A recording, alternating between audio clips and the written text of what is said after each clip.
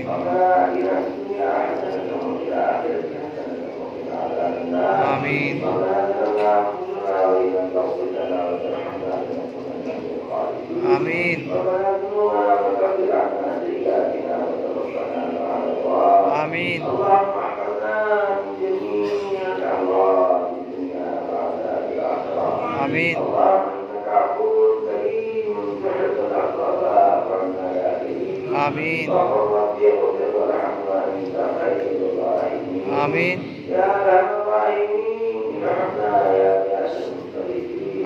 أغثنا يا قاضي الأعداء من كل حوائجنا يا شافي الأمراض اشفع مرضانا اللهم لا تدع لنا في ليلنا عذابا إلا غفرته ولا هما إلا غفرته ولا عيبا إلا سترته ولا مريضا إلا شفيته وعافيته ولا حاجة من حوائج الدنيا إلا قضيتها ونسألك يا كريم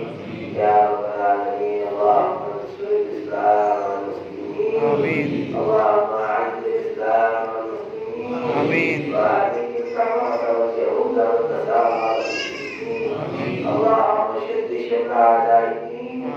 اللهم مزق دمهم اللهم دمر ديارهم